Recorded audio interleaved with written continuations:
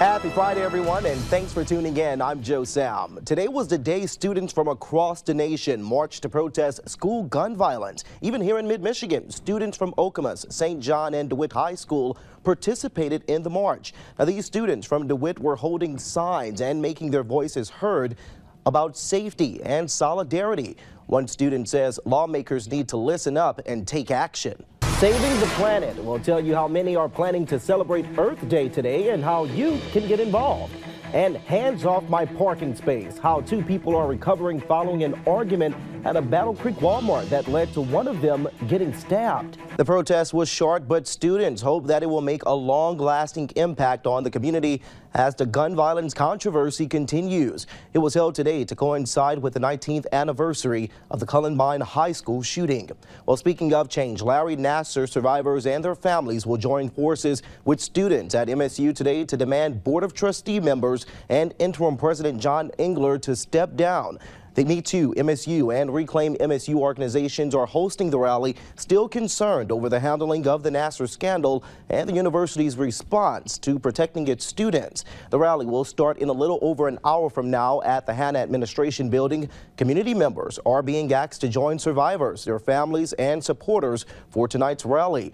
News 10 will be there and bring you the latest live on News 10 at 5 and on the WILX app. Good Sunday morning, everyone, and thanks for tuning in. I'm Joe Sam. And I'm Claire Cameron. You're watching News 10 today. I have to just say that it was so delightful to see everyone out and about yesterday. They were running around in the park. Some people were sitting down having picnics, and I have to admit, after my run, I had to go and get a sundae. I just had to do it. I mean, well, let's see what's trending this afternoon on the web. First up is this semi-truck that crashed into a dental office this afternoon. Now, this all happened in downtown Clarkson. Take a look at it here. The semi also hit two vehicles in the intersection before crashing into the building. Witnesses say several employees were inside the building at the time of the crash. Authorities are working to rescue one person that was trapped there. Now, they're also investigating concerns over a possible gas leak in the area.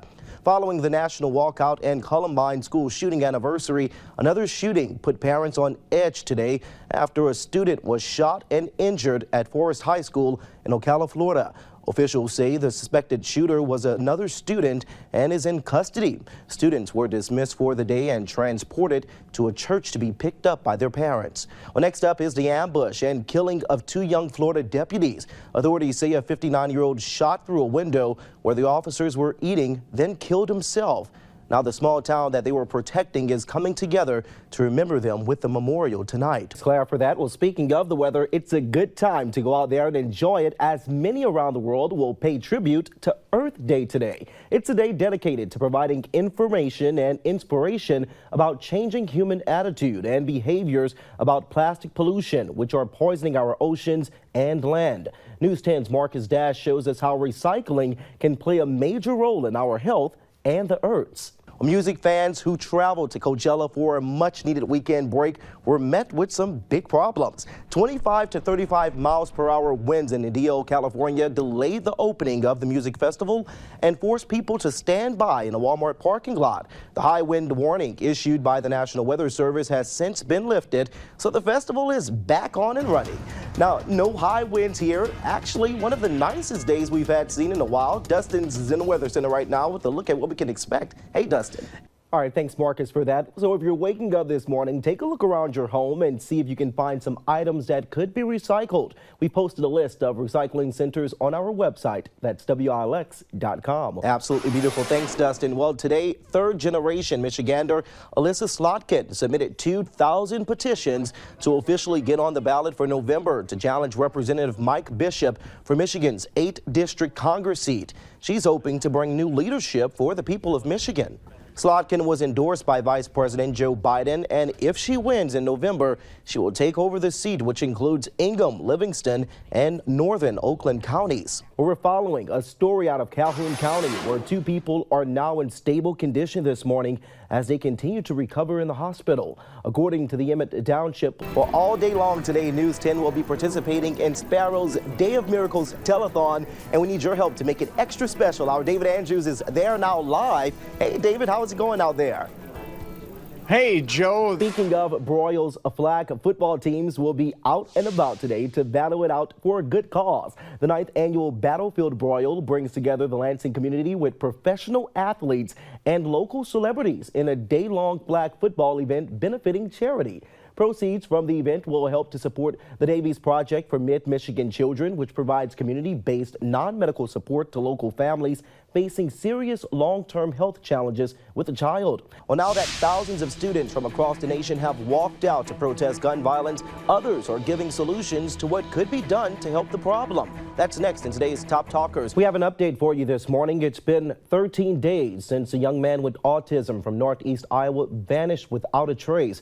Jessica Hartman tells us how 16-year-old Jake Wilson left home on foot to never return and what the community is now doing to find him. Well, welcome back, everyone. In today's Top Talkers, the national walkout today by students and supporters. That's what's trending online. Many of you are on Facebook are saying students need to place their focus on bullying prevention, which some of you believe seems to be the root of the shootings. Now, this conversation is still going on strong on Facebook right now. Head over and give us some advice on how school gun violence can be put to an end. And while you're doing that, we have Ann joining us in the studio on this Friday afternoon. 19-year-old accused of Friday's school shooting in Florida says sickness drove him to take a gun to his old school and open fire. Well, thanks, Ann, for all that information. And get ready to plan a picnic, you guys. Dustin's back in a few minutes to tell us how this weekend's weather is going to be shaping up for some nice outdoor activities. His Weather Authority forecast next. Plus, find out what memos from James Comey say about President Trump and what Congress is saying about it. Details when First at 4 returns. The Ocala Police Department released this quote on its Facebook page as students prepare to head back to school tomorrow morning.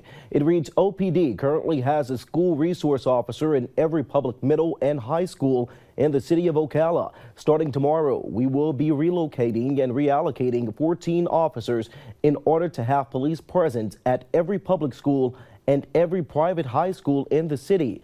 That post was shared over 1,000 times as parents fear to send their children back to school tomorrow morning. How Wonder Woman and other female superheroes get their amazing bodies. Well, it takes a lot of hard work, but you can have their same superhuman strength this summer. And Mike Wilbur shows us how these women pump up to save mankind. Sticking to schools, the man accused of streaking Wednesday during a middle school girls lacrosse game in Ohio and assaulting a trainer blamed bad mushrooms for his behavior while in court.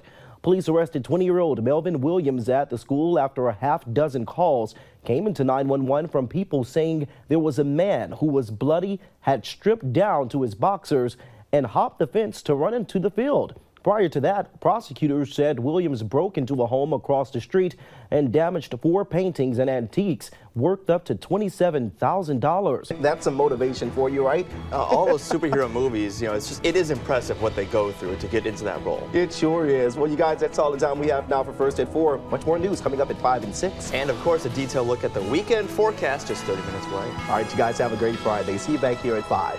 Welcome back. Claire, did you have your breakfast this morning? No, not yet. I'm going to give you some of these jelly beans. Okay, I'm ready. Because, you guys, it is National Jelly Bean Day. That's what we're going to have for breakfast this morning. The sweet treat was first made popular by Boston confectioner during the Civil War. Now they became associated with Easter holiday during the 1930s due to the egg-like shape. Now they're enjoyed all year round, just like we're going to enjoy this morning. I mean, you can't go wrong with jelly beans, right? At all. Oh, we can't go wrong with the weather either. Oh. Today is going to be so beautiful. All right, you guys, that's all the time we have right now. Make sure you join us on Facebook and WILX.com. Today's show's up next. Have a great morning, everyone.